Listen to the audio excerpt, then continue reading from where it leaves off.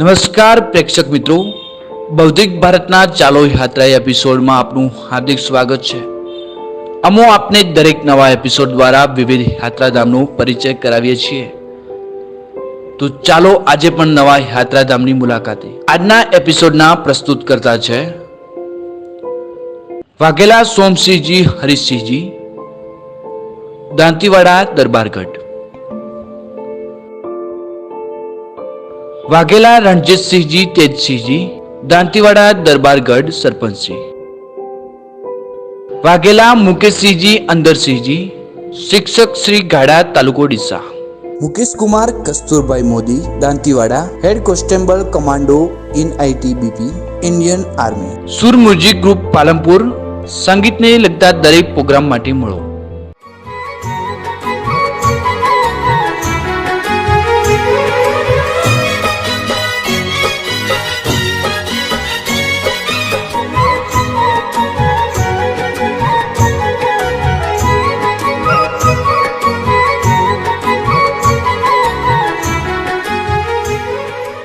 નમસ્કાર, બૌદ્ધિક ભારતના ચાલો યાત્રા એપિસોડમાં આપનું સ્વાગત છે.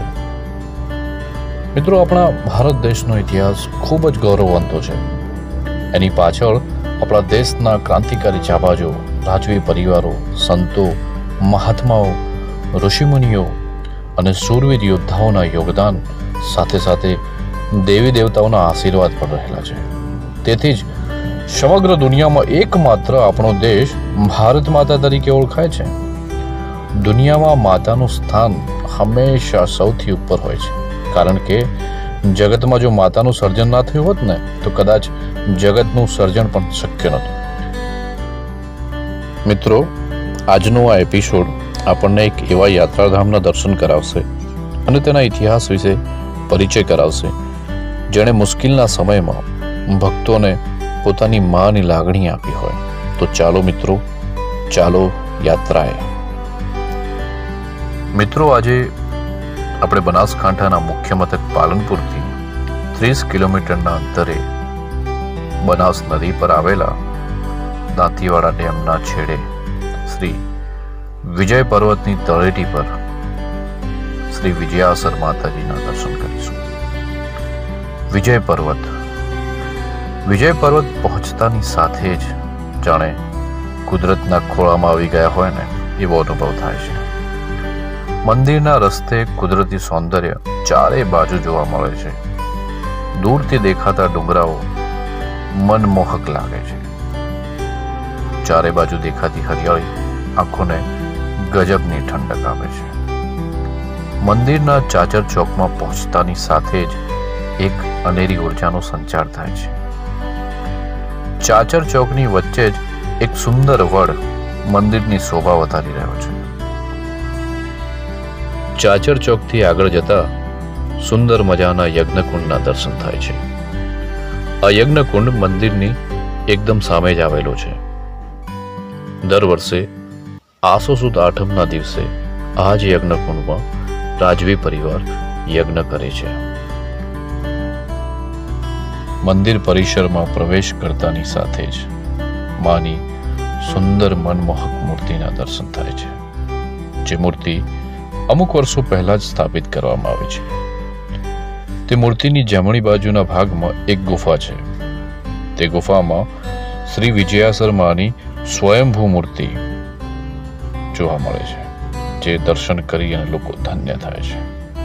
એવું કહેવાય છે કે માની આ ગુફા એક ભૂગર્ભ ગુફા છે અને એક રસ્તો બી છે.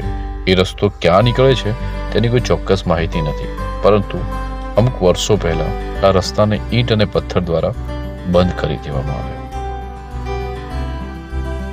મિત્રો, માતાજીના પ્રાગટ્ય વિશે એક દંતકથા પ્રમાણે અત્યારે રાણીટૂક પર્વત તરીકે ઓળખાતા વિસ્તારમાં એક સમયે સિસોદિયા વંશના રાજવીઓ રાજ કરતા હતા. એવા સમયે મુગલ આક્રમણખોરોએ રાજવી પરિવાર ઉપર અચાનક આક્રમણ કર્યું અને રાજ્યની ચારે બાજુ ઘેરાબંધી કરી અને ફરમાન કર્યું કે તમારે યુદ્ધ કર્યા વિના તમારું રાજ્ય બચાવવું હોય ને તો તમારી દીકરીઓ અમને સોંપી દો, તો તમારું રાજ્ય સલામત રહેશે અને જોડે જોડે ખંડણી પણ માફ કરીશું. આવું ફરમાન સાંભળતાની સાથે જ સિસોદિયા વંશના રાજવીનું લોહી ઉકળી ગયું પરંતુ રાજાને ચિંતા એ વાતની હતી કે મુગલોનું લશ્કર એ પોતાના લશ્કર કરતાં ખૂબ જ વિશાળ હતું, જેથી યુદ્ધ કરવું ખૂબ કઠિન હતું. રાજવી પરિવારો ભેગા થયા અને નક્કી કર્યું કે કાં તો મરી જઈશું, આત્મહત્યા કરી લઈશું, કાં પછી લડી લઈશું, પરંતુ પોતાની દીકરીઓ મોગલના હવાલે તો કોઈ પણ ભોગે નહીં કરી. આ વાત રાજાની દીકરીઓના કાને પડે છે અને રાજાની દીકરીઓ રાણીટૂક પર્વત પર આવેલા શ્રી મહાકાળી માતાજીને પ્રાર્થના કરે છે અને પ્રસન્ન કરે છે. માતાજી પ્રસન્ન થયા અને દીકરીઓને પોતાની વ્યથા કહી અને સાંભળી માતાજીએ સમગ્ર વાત સાંભળતાની સાથે જ વરદાન આપ્યું કે હે બેટાઓ, તમે રાત્રિના અંધકારમાં દુશ્મનની છાવણી વચ્ચેથી ભલે નીકળો ને, પણ તમને દુશ્મન તમને કંઈ જ ના બગાડી શકે.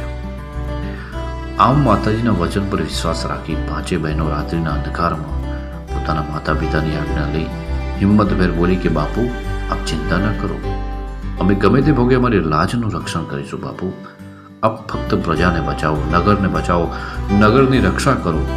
એમ કહી દુશ્મનની છાવણી વચ્ચે થઈ પાંચે દીકરીઓ નીકળી ગઈ. પરંતુ થોડુંક આગળ જાય છે તેવામાં ધૂળના ધબાકાના કારણે દુશ્મનની આંખો ખુલે છે અને દુશ્મનને ખબર પડે છે કે કોઈક તો અહીંથી નીકળ્યું છે. પાંચે બહેનોને આગળ જતાં ખબર પડી કે દુશ્મન જાગી ગયા છે અને પોતાનો પીછો કરી રહ્યા છે. તો આગળ જતાં અત્યારના ધનાવાળા ગામ એટલે કે ફતેપુરા તરીકે ઓળખાતા વિસ્તારમાં સૌથી મોટી બહેન માતાજીને અરજ કરે છે કે માં મને બચાવો. તો માતાજી એની અરજ સાંભળીને એમણે સમાઈ દે છે પોતાના અંદર, જે પાછળથી આગમાતા તરીકે પ્રસિદ્ધ થાય છે. તેવી જ રીતે તેમનાથી આગળ થોડાક અંતરે વિજય પર્વતની તળેટી આવે છે. ત્યાં આવતા બીજી બહેન સમાઈ ગયા, જે પાછળથી વિજયાસર માતાજી તરીકે ઓળખાયા. આમ થોડા આગળ જતા ત્રીજા બહેન પણ સમાઈ જાય છે, જે વેરાઈ માતા તરીકે પ્રસિદ્ધ થયા. તેમનાથી આગળ ચોથા બહેન સમાઈ ગયા, જે સેજલ માતા તરીકે પ્રસિદ્ધ થયા. અને અંતે પાંચમા બહેન પણ સમાઈ જાય છે, જે પાછળથી ઈશ્માની માતાજી તરીકે પ્રસિદ્ધ થયા. આમ ક્રમાનુસાર પાંચે બહેનો અલગ અલગ સ્થળ ઉપર અલગ અલગ નામ સાથે પૂજાતા ગયા, જેમાંનું દાંતીવાડા વિજય પર્વતની તળેટીનું આ ધામ એટલે કે શ્રી વિજયાસર માતાજીનું ધામ. આ દંતકથા પ્રમાણે આ મંદિર અંદાજે 300 થી 400 વર્ષ જૂનું હોઈ શકે.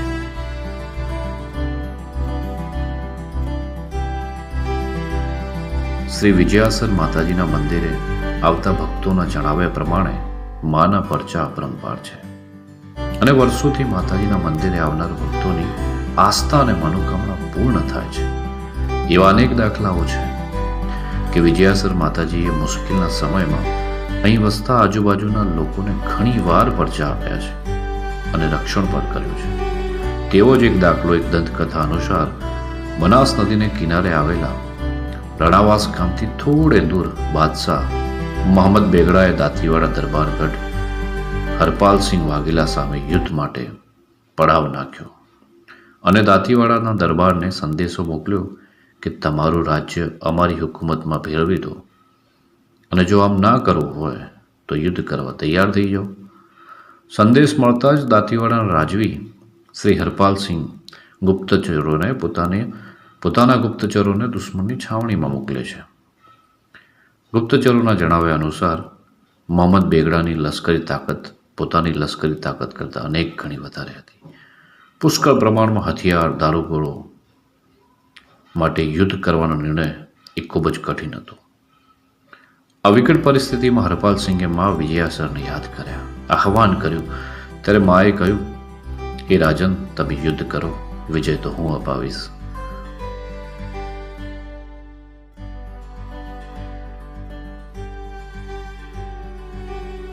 અને અંતે યુદ્ધનો નિર્ણય લેવાય છે. યુદ્ધમાં નગરજનોની પણ મદદ લેવામાં આવે છે. યુદ્ધ ખૂબ લાંબુ ચાલે છે. યુદ્ધની અંદર દાંતીવાડા દરબારની સેના જોડે હથિયાર અને દારૂગોળો અખૂટ હોવા છતાં પણ ખૂટવા લાગે છે. દારૂગોળો ખૂટતા દાંતીવાડા નગરની પ્રજાએ પોતાના ચાંદીના ઘરેણા રાજાને સોંપ્યા અને કહ્યું કે રાજન, આમાંથી ગોળીઓ બનાવો અને દુશ્મનને ઠાર કરો. સામા પક્ષે દુશ્મન છાવણીમાં ચાંદીઓની ગોળીઓ પડે છે. દુશ્મન સેના અચરજ પામવા લાગી અને વિચાર્યું કે જે સેના ચાંદીની ગોળીઓથી લડી રહી છે એ કેટલી ધનાઢ્ય અને શક્તિશાળી હશે. આમ વિચારી બાદશાહે દાંતીવાડા દરબારને રાજા હરપાલ સિંહને યુદ્ધ વિરામ માટે સંધિ મોકલી અને આમંત્રિત કર્યા. પરંતુ મોગલ બાદશાહોની દગાખોરી અને એમના સ્વભાવને જાણકાર એવા હરપાલ સિંહે પોતાની સેનાના દરેક સેનાપતિ અને પોતાના સાથે આવનારને ઓળખી શકાય એ માટે માથામાં આવલના ફૂલના ચોગા લગાવવામાં આવ્યા. સંધિ માટે રાજાની પાસે મોહમ્મદ બેગડો આવતા હરપાલસિંહ વાઘેલાની પગડીમાં સોગો જોઈ બોલ્યો, પધારો પધારો હરપાલસિંહ છોગાળા. તેના પ્રત્યુત્તરમાં રાજા બાદશાહની સામે જોયા વગર જ બોલી લે છે કે પધારો પધારો મોહમ્મદ મુછાળા. આ સાંભળનારની સાથે જ બાદશાહને ખોટું લાગી જાય છે. કારણ કે બાદશાહને તો મૂછો જ નહોતી. બાદમાં રાજાની નજર બાદશાહના ચહેરા પર પડે છે. બાદશાહની મનોસ્થિતિ સમજી જાય છે રાજા. એટલે રાજા બોલે છે કે બાદશાહ નિરાશ ન થાઓ અને મા વિજયાસરનું નામ લો અને તમારા ચહેરા પર હાથ મૂકો. મારા બોલેલા શબ્દો ખોટા નહીં પડે. બાદશાહે જય વિજયાસર કહી ચહેરા પર હાથ મૂકતાની સાથે જ મૂછો આવી જાય છે અને શ્રી વિજયાસર માતાજીનો જય જયકાર થાય છે.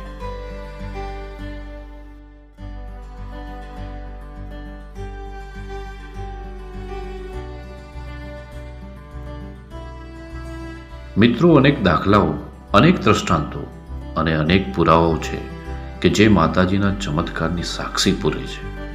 પરંતુ આજે પણ માતાજીના પરચા અગણિત છે.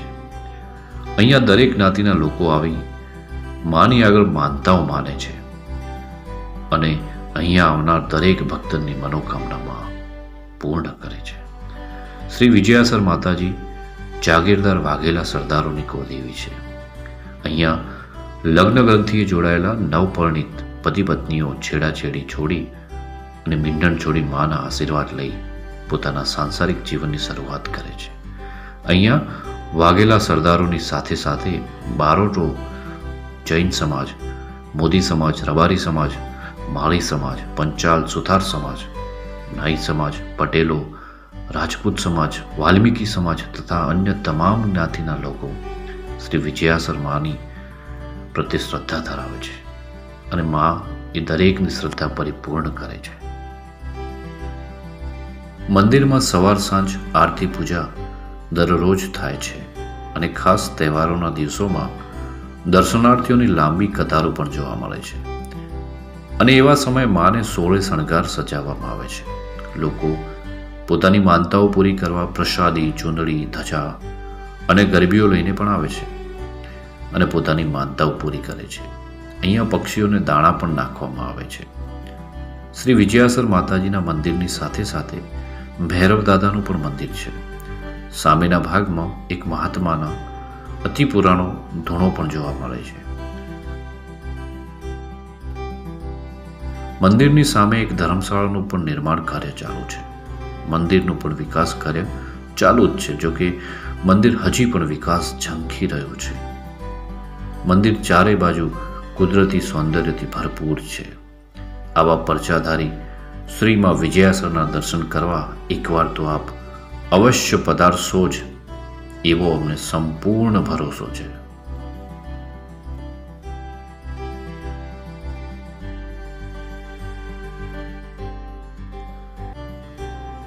આપ સૌને આ એપિસોડ જરૂર પસંદ આવ્યો હશે. અમારી ચેનલ સબસ્ક્રાઇબ કરો, લાઈક કરો, કમેન્ટ કરો અને કમેન્ટમાં જય મા વિજયાસર લખવાનું ભૂલતા નહીં. ફરી મળીશું નવા યાત્રાધામના દર્શન સાથે.